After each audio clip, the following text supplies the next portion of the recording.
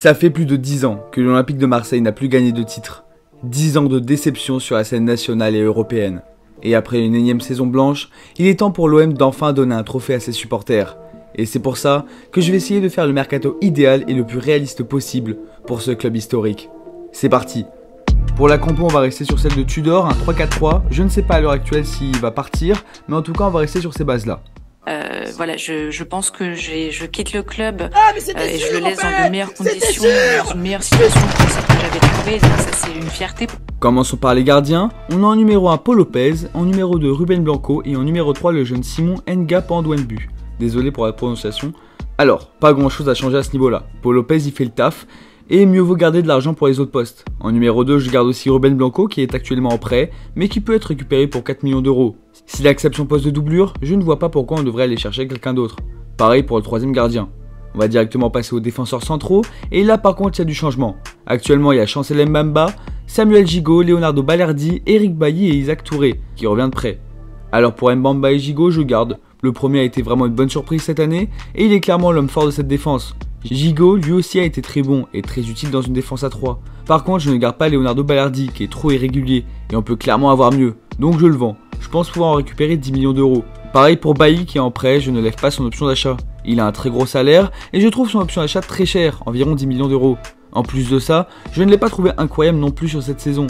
Et pour remplacer ses départs, je fais mon premier recrutement. Oumar Solé. À 23 ans, le jeune défenseur du RB Salzbourg fait une très bonne saison en Autriche. Et c'est clairement le moment d'aller le chercher avant qu'il devienne trop cher.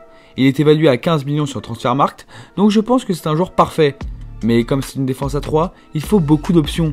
C'est pour ça que je vais aussi recruter librement Alexander Djikou, le défenseur de Strasbourg. À 28 ans, c'est un joueur d'expérience qui connaît la Ligue 1. C'est parfait pour remplir l'effectif. Et en cinquième option, le jeune Isaac Touré qui fait un très bon prêt du côté d'Auxerre fera très bien le taf. Sur le côté gauche, là aussi il va falloir recruter.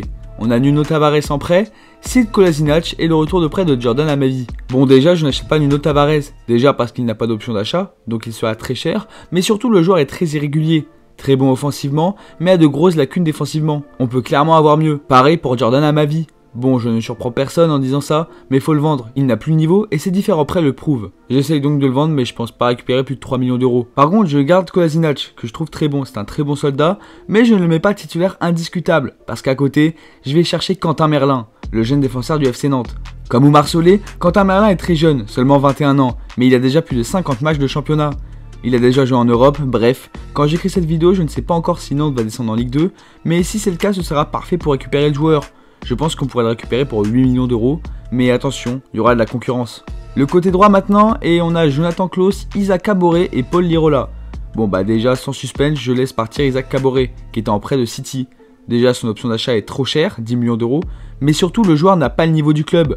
Pareil pour Paul Lirola, gros flop. Le club ne récupérera jamais la somme dépensée pour lui, et j'espère pouvoir en tirer 3 millions d'euros. Pour pallier à ses départs, de base le plan parfait aurait été Amari Traoré. Mais je l'ai déjà mis dans mon mercato parfait pour l'OL, donc je vais récupérer un autre joueur libre. Et c'est Hector Bellerin, qui est en galère pour son après-Barça, et c'est parfait pour concurrencer Klose. Bref, il faut sauter sur l'occasion. On passe au milieu de terrain, et là il y a du monde. On a Jordan Verretou, Matteo Guendouzi, Valentin Rongier, Azzedine Ounahi, Bartu Elmaz ou encore le retour de prêt de Pape Gueye. Je vais commencer par ceux que je garde. Déjà je garde Valentin Rongier, je trouve que c'est un joueur très sous-coté du côté de Marseille. C'est clairement un joueur essentiel pour l'OM, je le garde à 200%.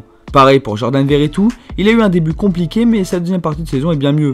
Je garde aussi Azzedine Ounahi qui n'a pas joué énormément cette année, mais le talent est présent et je suis sûr qu'il va faire une grande saison l'année prochaine. Par contre, je ne garde pas Matteo Guendouzi. Le joueur a envie de partir et c'est le moment de le vendre si on veut récupérer beaucoup d'argent. Surtout qu'il ne rentre pas forcément dans les plans de l'entraîneur. Je pense en tirer près de 30 millions d'euros. Pareil pour Pape Gueye qui revient de prêt. On pourrait le garder parce qu'il a montré de bonnes choses en Espagne, mais je pense que Marseille peut avoir mieux. Je le vends donc et je pense récupérer 10 millions d'euros.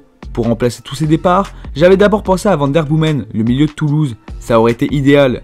Mais il vient de s'engager librement à l'Ajax Amsterdam, donc je me penche vers mon plan B. Un Nantais, encore une fois, comme Quentin Merlin. Je parle de Ludovic Blas. À 24 ans, son club va sûrement descendre en Ligue 2, donc c'est le moment parfait pour lui de passer un cap, de jouer la Ligue des Champions. Le joueur est polyvalent, il peut jouer 8 et 10, ce qui est parfait pour la compo de l'OM. Ce sera la grosse dépense de cet été, il est évalué à 20 millions sur Transfermarkt. A voir si le club descend en Ligue 2, si on peut l'acheter moins cher, mais cet achat se fera grâce à la vente de Guendouzi surtout. Et pour finir, je prête le jeune Elmas parce que je vous avoue que je sais pas ce qu'il vaut vraiment. Enfin l'attaque, on a Dimitri Payet, Ruslan Malinovski, Amin Harit, Cengiz Ünder, Vitinha, Alexis Sanchez, Salim Benchegir et les retours de près de Luis Enrique, Konrad de la Fuente, Arkadiusz Milik et Luis Suarez. Bon, dans un premier temps on doit se débarrasser de beaucoup de joueurs. Je ne vais pas garder Luis Enrique qui n'a pas le niveau Europe, j'en tire 5 millions d'euros. Pareil pour Konrad de la Fuente, c'est un flop. Si on arrive à le vendre, j'espère en avoir 2 millions d'euros. Luis Suarez aussi, jamais compris son achat, on peut récupérer 5 ou 6 millions d'euros. Et Milik, qui a une belle cote sur le marché des transferts, j'espère avoir 10 millions d'euros. Je ne conserve pas non plus Malinovski et Payet, le premier qui était en prêt parce que j'ai été très déçu de ce qu'il a proposé pendant les 6 derniers mois, et le deuxième parce que c'est un joueur vieillissant, avec un gros salaire, et qui en plus ne s'entend pas avec l'entraîneur. Voilà, après ce grand ménage, il reste Amin Harit, qui avant sa grosse blessure était un des meilleurs offensifs de l'OM, Ünder, qui a des défauts mais que je trouve utile, Vitinha, que j'installe en numéro 9 titulaire pour la fin de la saison, et enfin, je prolonge Alexis Sanchez d'1 an, si jamais Vitinha n'est pas efficace. Si on garde la même compo que l'année dernière, donc avec 2 numéros 10, il nous manque un milieu offensif. Parce que pour moi, Ünder c'est un remplaçant. Et même, c'est un ailier surtout. Donc je vais chercher librement Wilfried Zaha, joueur d'expérience qui connaît de très haut niveau et qui va être très utile dans le vestiaire. Et voilà la compo. J'ai dépensé 51 millions d'euros et j'ai vendu pour 79 millions d'euros.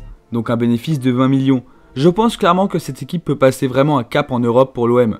Passer les poules et en championnat essayer de rivaliser avec le PSG. Voilà, j'espère que ça vous a plu, donnez-moi votre compo en commentaire et je vous dis à la prochaine.